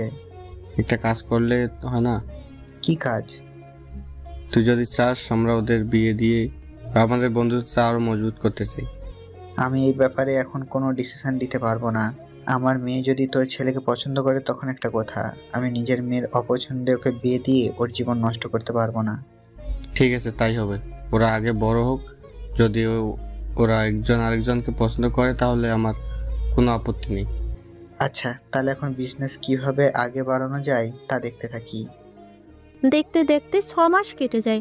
ওদের বিজনেস ভালোই যাচ্ছিল। একদিন রফিক রাজীবের বাসায় এসে দেখে রাজীবের পাশে একটা মহিলা শুয়ে আছে। উনি স্বাভাবিকভাবে ভেবে নিল এটা হয়তো ওনার স্ত্রী হবে, সেজন্য। আমি বরং পরে আসি। একই বন্ধু তুই? কোনো কিছু হয়েছে? আর এই মহিলাকে? ও তো আমার অন্য একটা বন্ধুর বউ। ছি ছি ছি ছি, তুই বন্ধু হয়ে বন্ধুর বউয়ের সাথে এমনটা করতে পারলি? এছাড়া কি করব? আমার বন্ধু আমার কাছ থেকে ডলার ধার নিয়েছিল, ওর ব্যবসায় লস হয়ে সব কিছু হারিয়ে ফেলে। আর ওর বউয়ের উপর আমার একটু লোভ ছিল বরাবরের মতো। সেজন্য আমি বন্ধুকে বলি, ও যদি ওর বউকে আমার কাছে 7 দিনের জন্য রাখে তাহলে আমি ওর ধার মাফ করে দেবো। ছি ছি ছি, তুই ডলারের জন্য এভাবে বন্ধুর বউয়ের সাথে এইসব করতে তোর লজ্জা করে না? কিছু করার নেই, আমার তো বউ অনেক আগেই মারা গেছে, সেজন্য নিজের চাহিদার কথা। আর বলতে হবে না। এরকমই যদি হয় তুই বিয়ে করে ফেল, তা না করে তোর বাসায় একটা বাচ্চা আছে, ও যদি এইসব দেখে তাহলে কিভাবে বলতো? আরে ও সবই জানে। তোর বাচ্চা ছেলের সামনে এইসব করতে তোর কি লজ্জাও করে না? দেখ, ও সবই জানে। তাছাড়া আমার ডলার না দিলে এই ছাড়া তো কোনো উপায়ও নেই আমার। আমি তোর সাথে বিজনেস করব না। তুই আমার বাড়ির জমির দখল আমাকে বুঝিয়ে দে। তুই কিন্তু ভুল করছিস। সামান্য একটা কারণে তুই এরকমটা করবি আমার সাথে? আজকে তোর বন্ধু এরকম অবস্থা হয়েছে বল, তুই এরকম একটা কাজ করতে পারলি ওর সাথে, যেখানে ভবিষ্যতে আমারও যদি সেম অবস্থা এরকম হয় তাহলে তো তুই আমার ছি ছি ছি ছি, আমার বলতেও লজ্জা হচ্ছে। তুই কিন্তু কাজটা মোটেও ঠিক করলি না। আর যাই করি না কেন, তোর সাথে তো কখনো আমি বিজনেস তো দূরের কথা, বন্ধুত্ব রাখবো না। এরপর রফিক চৌধুরী তার জমির দলিল নিয়ে চলে আসে। এদিকে রাজীব তার বন্ধুর সাথে রঙ্গলীলায় মেতে উঠতে থাকে। কয়েকদিন পরে রফিক চৌধুরী তার সব কিছু বিক্রি করে দূরে অন্য জায়গায় চলে যায়। এরপর নতুন করে ব্যবসা শুরু করে। এখানে অতি শেষ করলাম সবটা বলার পরে। তার মানে উনি আগে থেকেই খারাপ ছিল? তা আমি আগে জানতাম না। ভালোই করেছো, ওনার ছেলের সাথে আমার বিয়ে দেওয়ার কথা বলনি। যেখানে ওর বাবা এরকম, সেখানে তো আর ভালো হবে কি করে? সেটাই তো। তাহলে তো আমাকে চিনতে পারবে না। যদি জানে তুই আমার মেয়ে তাহলে তোর ক্ষতি করার জন্য উঠে পড়ে লাগবে। তাহলে কি আমি পরিচয় গোপন রাখবো? বলা তো যায় না, কখন আবার তোর দিকে হাত বাড়িয়ে বসে। ভালো করেছো ওই ছেলের সম্পর্কে আমাকে বলে। এদিকে পরের দিন অফিস সিকিউরিটি নিয়ে ভার্সিটিতে আসে। আর অন্যদিকে রিয়াজের সাথে তো আসেই। এরা ভার্সিটিতে এসে দেখে রিয়াজ কিছু মেয়ের সাথে বসে আছে আর কথা বলতে বলতে ওদের শরীরে হাত দেয়। বাবার স্বভাব ছেলে তো পাবে, লুচ্চা ছেলে কোথাকার, একদম বাবার মতো হয়েছে। এদিকে আজকের অবি আর রিয়াজের সিকিউরিটির জন্য কোনো কিছুই হচ্ছে না। সবাই কেমন একটা ভয় বয়ে আছে। আপনাদের তো আকাশের কথা বলতে ভুলে গেছি। আকাশও তখন ওখানেই ছিল, তবে দাঁড়িয়ে আছে আর শুধু দেখতে থাকে। কিছুক্ষণ পরে ওখানে রিয়াজের বাবা রাজীব চৌধুরী আসে। উনি অবিকে বিভিন্নভাবে ধমকাতে থাকে। আসলে অবির চেয়ে রিয়াজের বাবার অনেক ক্ষমতা, যা অবি ভালোই বুঝতে পেরেছে। কেননা অবি ওর বাবাকে কল দিয়ে সব বলতে পারে। এদিকে ইরা ভয়ে ভয়ে আকাশকে সবটা বলে দেয় রিয়াজের ব্যাপারে। অবিকে কিছুক্ষণ ধমকানো শেষ করে রিয়াজের বাবা মিস্টার রাজীব চৌধুরী চলে যায় ওখান থেকে। উনি যাওয়ার পরই, তুমি কি শিওর? হ্যাঁ শিওর, এখন রিয়াজ যদি আমাকে চিনতে পারে তাহলে তো আমি শেষ। আচ্ছা, আমি দেখতেছি। এদিকে আকাশ ওইদিকে যায়, অন্যদিকে ইরা একটা হাসি দেয়, কেননা আকাশকে একটা শিক্ষা দিতে চেয়েছিল আর আজকে তার সম্ভব হতে চলেছে। সেজন্য দাঁড়িয়ে দাঁড়িয়ে দেখতে থাকে। আসলে ইরা যাই বলতেছে সত্যি বলতেছে, কিন্তু আকাশ তো এসব কথা মোটেও নিতে পারেনি। সেজন্য রিয়াজের কাছে যায়। আমি ইউনিভার্সিটিতে পড়ি, তা তোর শরীরে নাকি অনেক চর্বি জমে গেছে, সেগুলো বের করার জন্যই এসেছি আমি। আকাশের কথা শুনে রিয়াজ হাসতে থাকে, কিন্তু কি করবে, এমন একটা কথা বলতেছে যে না হেসে আর পারছে না। কিছুক্ষণ পরে, তুই কি জানিস আমি তোকে এখানে মেরে ফেললেও কেউ আমার কিচ্ছু করতে পারবে না। যদি আমি তোকে মেরে ফেলি? তুই কি পাগল হয়ে গেছিস? আমাকে মারার স্বপ্ন তুই দেখিস কি করে? আমার আশেপাশে এই সিকিউরিটি দেখেও কি তোর একটুও ভয় লাগে না? এরা বড় জোর কি করবে আমার? তাছাড়া এরা কিছুই করতে পারবে না। তোকে যা বলার ছিল সাইডে আয়, তোর সাথে কথা আছে। যা বলার এখানেই বল। এখানে বলার মতো হলে তো বলতামই। ঠিক আছে, চল তাহলে। এদিকে অবি আসতে চাইলে ওকে বাধা দেয়, এরপর নিজেই চলে আসে রিয়াজের নিয়ে। একটু পরে, এখন বল কি হয়েছে? আমি বলতে এসেছি আপনি অভিকে একটা শিক্ষা দিন। আমি কি এখানে পড়াশোনা করতে এসেছি নাকি যে ওকে শিক্ষা দেব? এই শিক্ষা সেই শিক্ষা না। তাহলে কোন শিক্ষা? এরপর রিয়াজকে ইশারায় কিছু বোঝাতে থাকে, কিন্তু রিয়াজ কিছুই বুঝতে পারে না। এদিকে বাকিরা তো তাকিয়ে দেখতে থাকে কি হচ্ছে ওখানে তা দেখার জন্য। আমি তো কোনো কিছুই বুঝতে পারছি না। আমি কি প্র্যাকটিক্যাল করে তা বুঝিয়ে দিব? ঠিক আছে, বুঝা তাহলে। কথাটা বলা মাত্রই আকাশ রিয়াজকে দুটো ঘুষি মারে। এতে রিয়াজ তো রেগে যায় আর ওর সিকিউরিটিগুলো আসতে থাকে রিয়াজের দিকে। এদিকে অবি সহ বাকিরা তো অবাক হয়ে তাকিয়ে আছে। ওই তো সাহস কি করে হয় আমার শরীরে হাত দেয়? তোকে তো আমি... আরে তুমি তো বললে প্র্যাকটিক্যাল ভাবে করে দেখাতে। এরা কথা বলতেছে তখন ওখানে সিকিউরিটি চলে আসে, এসে আকাশকে ধরে বলে, তুই কি আমাদের বোকা পেয়েছিস? আমরা ওখান থেকে দেখেছি তুই স্যারের মুখে ঘুষি মেরেছিস আর স্যারের মুখ দিয়ে রক্ত বেরোচ্ছে। ওই তোরা আগে এটাকে মার। আরে কি করছো? আমাকে কেন ধরেছো? আমি তো তোমাদের স্যারকে বোঝাতে এরকম করেছি। যেই ওরা মারতে আসবে রিয়াজ ওদেরকে থামিয়ে দেয়। মারতে হবে না ওকে, তোমরা ওখান থেকে যাও, বাকিটা আমি এর সাথে বুঝে নিচ্ছি। ওরা চলে যাওয়ার পরে বাকিরা তো বলা বলি করতে থাকে। এদিকে এরা তো অনেক বেশি অবাক হয় আকাশের এমন কাণ্ড দেখে। তোর এরকম ভাবে প্র্যাকটিক্যাল দেখানোর কি দরকার ছিল? এরকমটা না হলে তো তোমাকে বোঝাতে পারতাম না। তাহলে কি এখন অভিকে মেরে আসবো? আগে হসপিটালে যাও, পরে অভিকে দেখতে পারবে। ঠিক আছে, যাচ্ছি।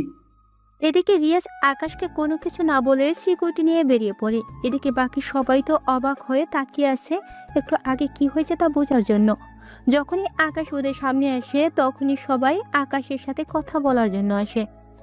কিভাবে করলে এইসব? রিয়াজের মতো ছেলেকে তুই মারলে কি করে? আমাদেরও বলো। আমি শুনতে চাই, তাহলে এরপর ওকে যেখানে পাবো সেখানেই মারবো। চুপ করো তোমরা, তুই বল রিয়াজকে মারার এত সাহস তুই পেলি কি করে? এইসব সাহস তো আমি ইরার কাছ থেকে পেয়েছি। ও, এই ব্যাটা বলে কি এগুলা? এই তো দেখি সত্যি সত্যি আমাকে ফাঁসিয়ে ছাড়বে মনে হচ্ছে। কি ব্যাপার, তুমি চুপ কেন ইরা? বলো ওদের সবকিছু। আমি কি বলবো? আমি তো নিজেই জানি না। তাহলে আমি কি সবটা বলে দিব? সবটা বলতে কি কি? অভি কোনো কিছু না, ও এমনিতেই মজা করছে। আমিও শুনি কি নিয়ে মজা করেছে। বলো বলো, তাড়াতাড়ি করে বলো। এই তুমি কিছু বলবে না? এরা তো মানা করছে। তুমি বলো, আমরা শুনতেছি। এরা আমাকে বলেছে আমি যদি রিয়াজকে মারতে পারি তাহলে ও সবার সামনে আমাকে চুমু দিবে। কথাটি শুনে বাকিরা যতটাই না অবাক হয় তার চেয়ে বেশি অবাক হয় এরা নিজেই। ওই আমি তোকে কখন থেকে বলছি এই কথাটা? তখন যে বললে তুমি যদি তাই বলতে আমি কি এত কিছু করতাম? তাই বলে আমি এইটা যে করব তা তো বলিনি। আচ্ছা থাকিরা, ছেলেটা এত কিছু করেছে, তার জন্য একটা চুমু দিয়ে দেয়। তাছাড়া ওই ছেলেটার অনেক পাওয়ার, ওর সাথে পেরে ওঠা আমার কম না। আমি নিজেও তো অবাক হচ্ছি। সাথে আমি তোরা শুধু অবাকই হতে থাক, আমি যে কিছু বলবো তার তো উপায় নেই। ঠিক আছে, দিচ্ছি চুমো। এরপর সবার সামনে ইরা আকাশের মুখে চুমু দিতে যায় চোখ বন্ধ করে, কিন্তু ততক্ষণে আকাশ মুখটা একটু ঘুরিয়ে নিলে ইরা ঠোঁট আর আকাশে ঠোঁট একত্রিত হয়ে যায়। এতে তো বাকিরা আরো বেশি অবাক হয়। ইরা তো মুখ ভেবে চুমু দেয়, কিন্তু পরবর্তীতে বুঝতে পারি এটা অন্য কিছু। কিন্তু ততক্ষণে অনেক কিছু হয়ে যায় কোনো মতো ছেড়ে দেওয়ার পরে। এটা কি হলো? কই কি হলো? আমি তো মুখে দিতে চেয়েছি, কিন্তু সেটা ঠোঁটে কিভাবে হলো? চোখ বন্ধ করে দিলে কোন জায়গার চুমু কোন জায়গায় এসে কিস হয়ে যায় তা তো আর বলা যায় না। চলি তাহলে আমি। এরপর যে যার মতো চলে যায়। ওরা যাওয়ার পরে বাবু অন্তর শাকিল আসে আকাশের কাছে, এসেই কথা। তোর কি মাথা ঠিক আছে? তুই ওর মতো একটা ছেলে থাপ্পড় মারতে কেন গেলি? কি করব, ছেলেটা নয়তো ইরার দিকে হাত বাড়াবে। তোর কি মনে হয় ছেলেটা তোকে ছেড়ে দেবে? ও আমাকে ছেড়ে দিলেও আমি যে ওকে ছাড়বো না। মানে কি আকাশ, তুই কেন ওর মতো ছেলের সাথে লাগতে সে নিজের জীবনটা দিবি? ও আমার কোনো ক্ষতি করতে পারবে না, তুই শুধু দাঁড়িয়ে দাঁড়িয়ে দেখে যা। এদিকে ওখান থেকে বের হয়, তখন ওরা আসে বাহিরে। বাকিরা নিজেদের পছন্দ মতো কিছু কিনতে থাকে, কিন্তু আকাশের কাছে ডলার নেই বলে চুপচাপ আছে। তা বুঝতে পেরে বাকিরা মেলে ডলারতে আকাশকে গেঞ্জি কিনে দেয়। 7 দিন পর আকাশ ভার্সিটিতে আসে, কেননা রিয়েজ যদি জানতে পারে সবটা তাহলে তো আকাশের চাটনি বানিয়ে দেবে। সেজন্য কয়েকদিন আর ভার্সিটিতে আসেনি।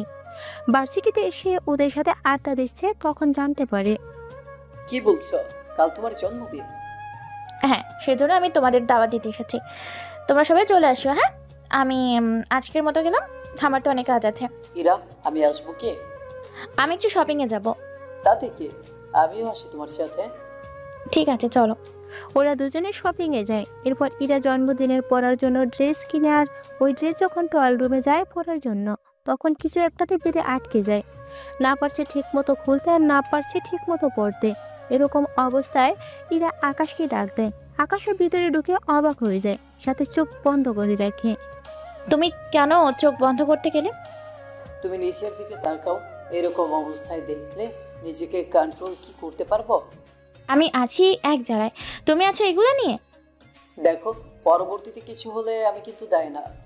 বক বকানি বন্ধ করে ড্রেসটা দেখো, কোন দিক দিয়ে এটা আটকালো। এইদিকে অনেক খোঁজাখুঁজির পরে দেখতে পায় একটা বাটন আটকে আছে। কিছু কি পেয়েছো? একটা বাটন খুলতে হবে। তাহলে দাঁড়িয়ে থেকে খুলো সেটা। কিন্তু খুলতে গেলে যে তোমার বুকে টাচ লাগবে। এখানে আমি আটকে আছি, তার চিন্তা না করে শরীরে টাচ লাগবে, সেই জন্য তুমি চুপ করে থাকবি? ঠিক আছে, দেখতেছি। এরপর আকাশ হাত দিলে ইরা তো কেঁপে ওঠে। আকাশের এস পড়ে সে, এক কথায় ইরা অনেকটা কেঁপে ওঠে, তাও নিজেকে সংযত রেখে। হয়েছে কি? একটা সুতো আছে, ওই সুতোটা কাটলেই হয়ে যাবে। যার জন্য দাঁত দিয়ে সুতো কাটতে হবে, তাহলেই হবে। তাহলে দাঁড়িয়ে থেকে তাড়াতাড়ি কেটে আমাকে উদ্ধার করো। এরপর মুখ ঢুকিয়ে তার দিয়ে কেটে নেয় সুতো, এতে জামা বাহির করে। কিন্তু ততক্ষণে ইরার অনেকটা অন্তরকম হয়ে যায়, সাথে আকাশ নিজেও। এরপর ইরা না চাইতো আকাশকে জড়িয়ে ধরে কিস করতে থাকে। মোটামুটি 20 মিনিট পর ইরা বুঝতে পারে কি হচ্ছিল এতক্ষণ ধরে। আর এতক্ষণ ধরে মনে হচ্ছিল ইরা একটা মায়ের ঘরে ছিল। ব্যাপারটা বুঝতে পেরে, সরি, আমি বুঝতে পারিনি এরকম কিছু হয়ে যাবে। আমি জানি এখন যা হচ্ছে তার জন্য কারোরই দোষ নেই। আচ্ছা, আমি এখন এই ড্রেসটা নিব না। এই ড্রেসে তোমাকে অনেক মানাবে। আসলে তুমি যদি সবটা ঠিক করে তারপর পড়তে, তাহলে এরকমটা হতো না। সেই জন্য এখন পড়ো, দেখবে ঠিকই লাগবে। এরপর পড়তে থাকে। এবার আর কোনো সমস্যা হয়নি। এরপর ইরা ড্রেস খুলে ফেলে, তারপর বাকিটা পরে বের হয়। সাথে আকাশকে কিছু কিনে দেয় যেন জন্মদিনে পরে আসতে পারে। এরপর বিল দিয়ে চলে আসে ডায়মন্ডের দোকানে। আসলে ইরা একটা নেকলেস আর কানের দুল নেবে, সেজন্য আসায় এখানে, কেননা ওর বাবা ওকে গিফট দেবে। সেজন্য ইরা পছন্দ করে কিনতে এসেছে। কিন্তু ওখান থেকে একটা নেকলেস আর কানের দুল পছন্দ হয়, সেজন্য দাম জিজ্ঞেস করে। আচ্ছা, এটার দাম কত হবে? আপনি কি পুরো সেট নেবেন? জি, পুরোটাই নিব। আপনি এই হারের বিশেষত্ব বলুন, মানে গুণগুলো। এরপর ম্যানেজার এমন কিছু বলে যা শুনে ইরা তো অবাক হয় অনেক বেশি করে। এই তো ম্যাডাম, $5 লক্ষ। কথাটা শুনে ইরা অবাক হয়, কেননা এইগুলোর দাম বাংলা হিসেব করলে 5,85,00,000 হয়। এ তো অনেক ডলার। এই ডলার তো নেই। তাহলে অন্যটা দেখো। সেটাই করবো। এরপর ইরা অল্প দামের মধ্যে কিছু কিনে নেয় আর চলে আসে ওখান থেকে। এরপর আকাশকে ওর বাড়িতে পৌঁছে দেয়। গাড়ি থেকে নামার সময় মতো চলে আসো। ঠিক আছে, চলে আসবো। পরের দিন আকাশ রেডি হয়ে চলে আসে ইরার জন্মদিনে। এইদিকে সবাই মোটামুটি অনেক কিছু উপহার হিসেবে নিয়ে আসে। তাদের মধ্যে আকাশ ওর হাতে একটা বক্স নিয়ে এসে ইরার হাতে দেয়। জন্মদিনের শুভেচ্ছা রইল। Thank you. তো তোমার হাতে ওইটা কি? এই তো সামান্য একটু উপহার এনেছি তোমার জন্য। সামান্য উপহার? তাহলে তো দেখতে হয়। কই দেখি কি এনেছো। এরপর ওরা বক্স খুলে একটা হার আর কানের দুল দেখতে পায়, কেননা এটা ওই কানের দুল যেটা ইরা গতকাল ডায়মন্ডের দোকানে দেখেছিল। এই সামান্য উপহার? তুমি এটা কোথায় পেলে? তুমি যেটা ভাবছো এটা তা না। সেই রকমই হবে। ইরা, তুই কি এটা পরবি নাকি? এনেতে যখন পড়ি না একবার। তারপর আকাশের দেওয়া এইগুলো পরে নেয়। তবে ইরাকে এত মানিয়েছে যা বলার বাহিরে। বাসায় অনেক আলো ছিল বলে নেকলেস থেকে কোনো আলো আর বের হয়নি, সেজন্য ইরা নিজেও বুঝতে পারেনি। এদিকে ইরা কেক কেটে একে একে করে সবাইকে খাইয়ে দেয়। এরপর ইরা ওখানে কিছুক্ষণ থেকে চলে যায় ওর রুমে ড্রেস চেঞ্জ করার জন্য। এই ফাঁকে বাকিরা তো আকাশকে অপমান করতে থাকে। এইদিকে ইরা ওদের কাছে আসতেই বুঝতে পারে কিছু একটা তো হয়েছে এখানে। এদিকে বাকিরা এরপর কথা শোনাতে থাকে, যা ইরার প্রথম শুনে একটু খারাপ লাগে, কেননা আজকের ঘটনার পরে ইরা একটু হলেও দুর্বল হয়েছে আকাশের উপরে। সেজন্য সবার কাছ থেকে উঠিয়ে নিয়ে একটু সাইডে আসে আকাশকে নিয়ে। তুমি আমাকে এখানে কেন নিয়ে আসলে? একটা কথা জানার জন্য। কি কথা বলো? তুই সত্যি করে বলো তো। কোন সত্যি? ওই হারটা কি সত্যি আসল নাকি নকল? ওই দিন তো তুমি এটার দাম শুনলে, তাহলে তোমার মনে হলো কিভাবে এটা আমি কিনতে পারবো? কিন্তু এটা তো হুবহু ওইটার মতোই। এটা নকল, যা আমি $50 খরচ করে কিনেছি। এরপর এরা কোনো কিছুই বলেনি।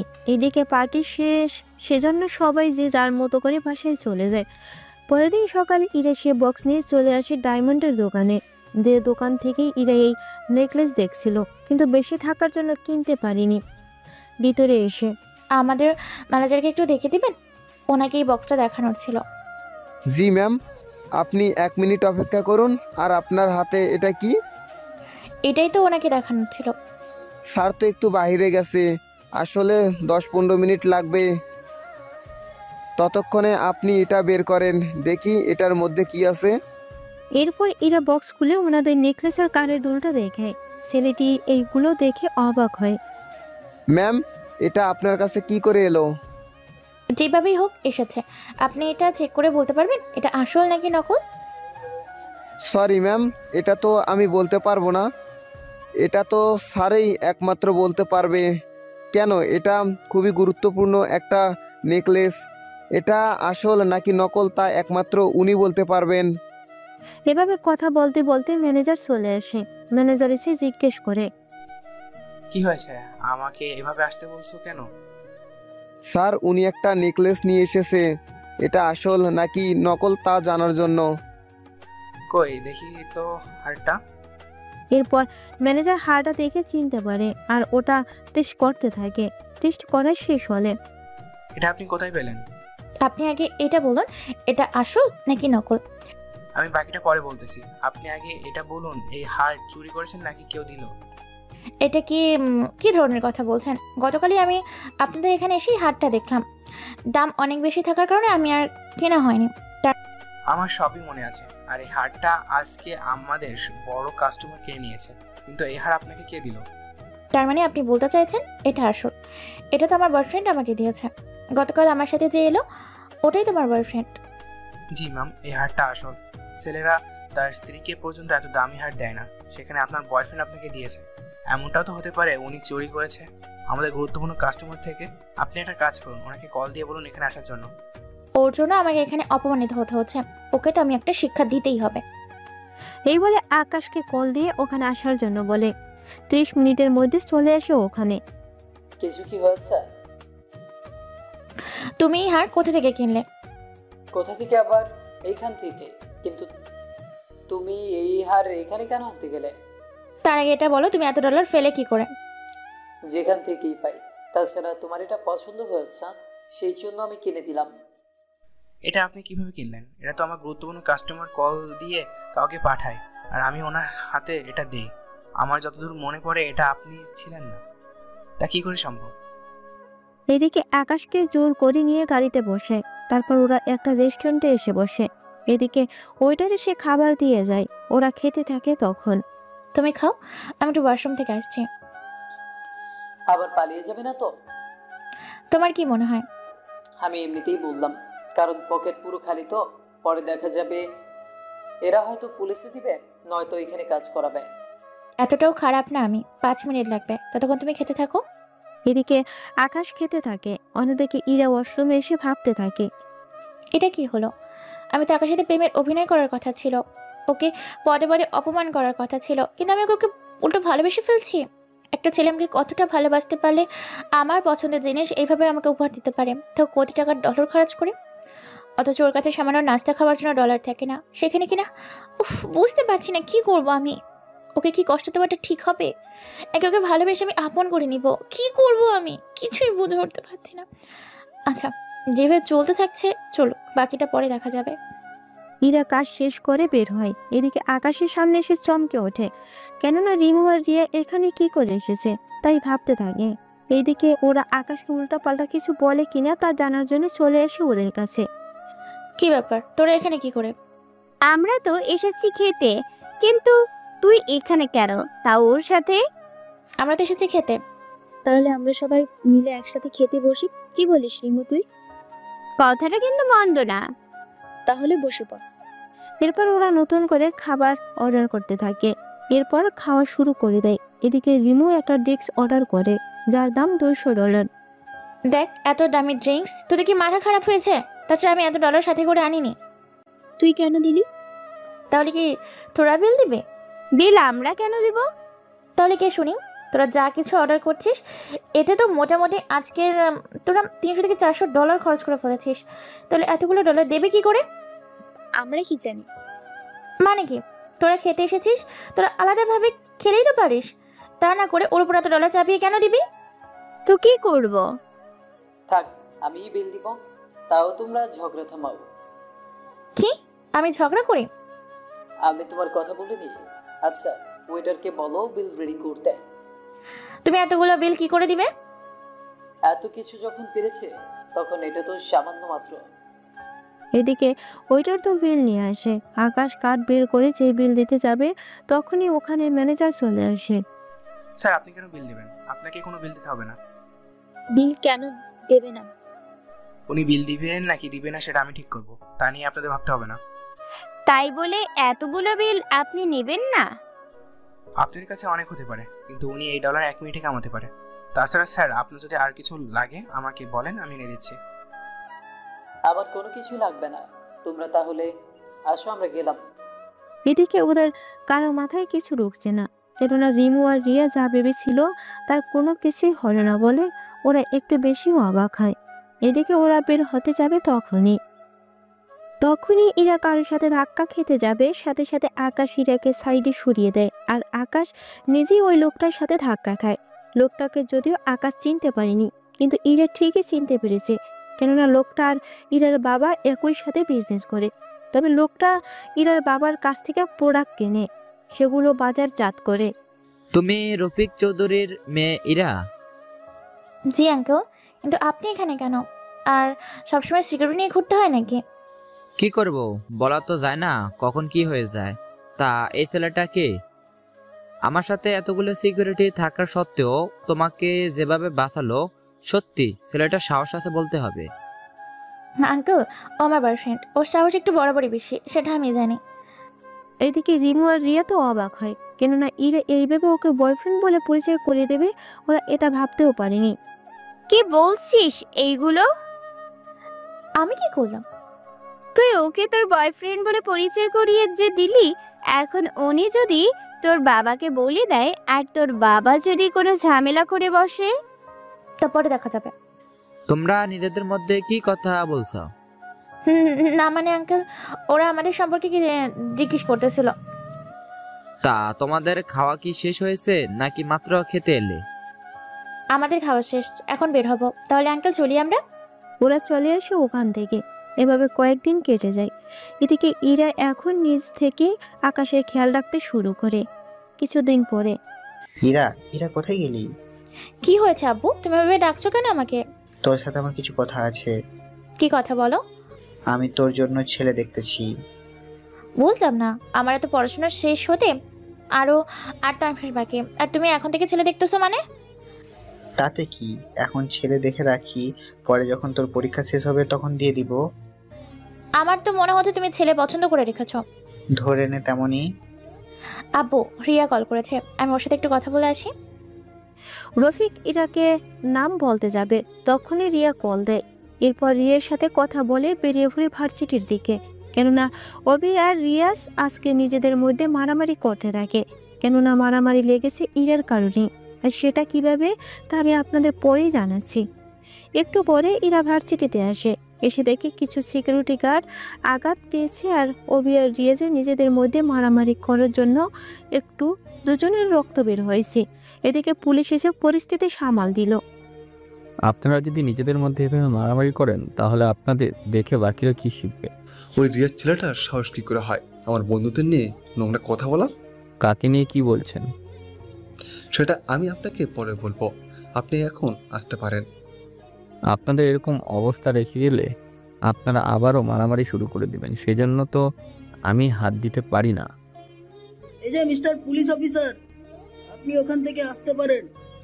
আমার ব্যাপার আমি নিজেই বুঝে নেব, ঠিক আছে? দেখুন স্যার, আপনারা ঈশ্বরের সবচেয়ে ধনী পরিবারের সন্তান। আপনারা যদি এরকম করেন তাহলে কি করে হবে? আপনাদের জন্য তো আমাদেরই বিপদে পড়তে হবে। সেটা আপনাদের ইচ্ছে, তবে আজকে আমি তোকে মেরেই ছাড়বো। শান্ত হন আপনারা, কেউ কাউকে মারতে হবে না। আপনারা দুজনই এখন সরে দাঁড়ান। আমি আপনার এই পরিবারকে খবর দিয়েছি, ওনারা এক্ষুনি চলে আসবে। কয়েক মিনিট পর রাজীব চৌধুরী আর জাফর চৌধুরী ওখানে আসে, নিজেদের ছেলেদের কাছে যায়। কার এত বড় সাহস আমার ছেলেকে মারে? আমি মেরেছি, কি করবেন আপনি? তুমি এখনো বাচ্চা, সেজন্য আমাকে চিনতে পারোনি। যদি চিনতে পারতে তাহলে তোমার বাবার মতো চুপ করে থাকতে।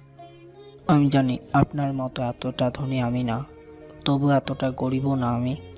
এই দেশের ধনীদের তালিকায় 3য় নম্বরে আছি আমি, আর আপনি 2য় নম্বরে। সেই জন্য এটা ভেবে নেবেন না ক্ষমতা আমার কম। আমার ছেলেকে যে মেরেছে, চাইলে আমি এখানে তাকে মেরে ফেলতে পারি।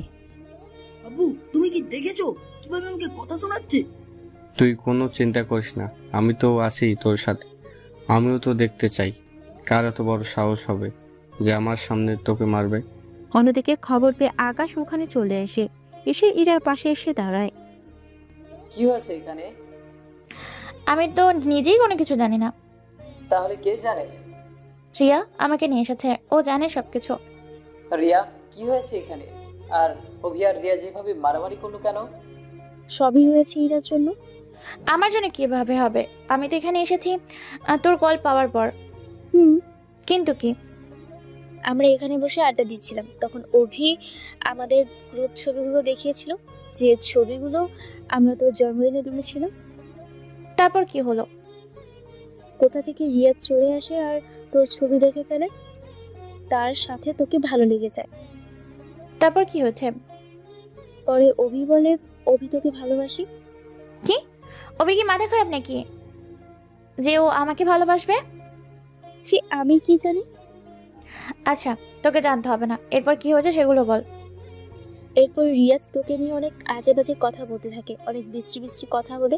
ওই কথাগুলো শুনে অভি তো আরো রেগে যায় আর রিয়াজকে একটা খুশি মারে। তারপর ওদের মধ্যে মারামারি হতে থাকে।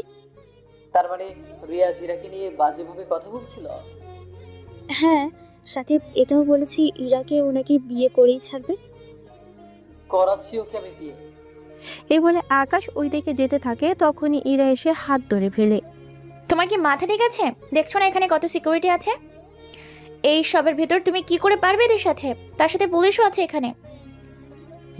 তো এই রিয়াজ তোমাকে আজে বাজে কথা বলবে, তা আমি শোনার পরেও বসে থাকবো?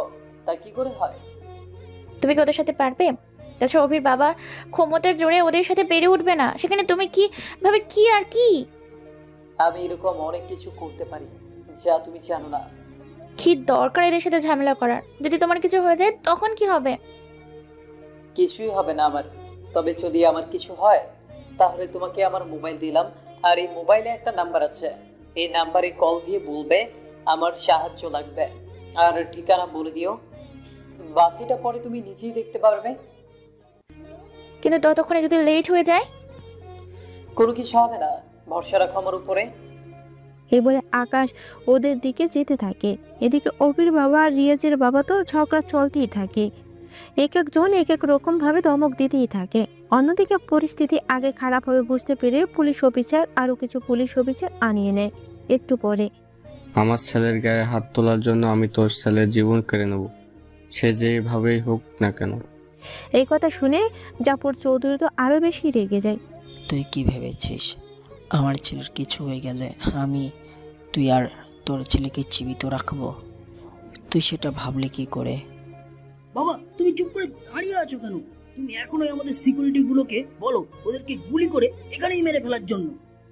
আপনারা কি শুরু করলেন? এরকম হলে আমি নিজেই আপনাদের থানায় নিতে বাধ্য হব। তুই কি ভুলে গেছিস আমরা কে?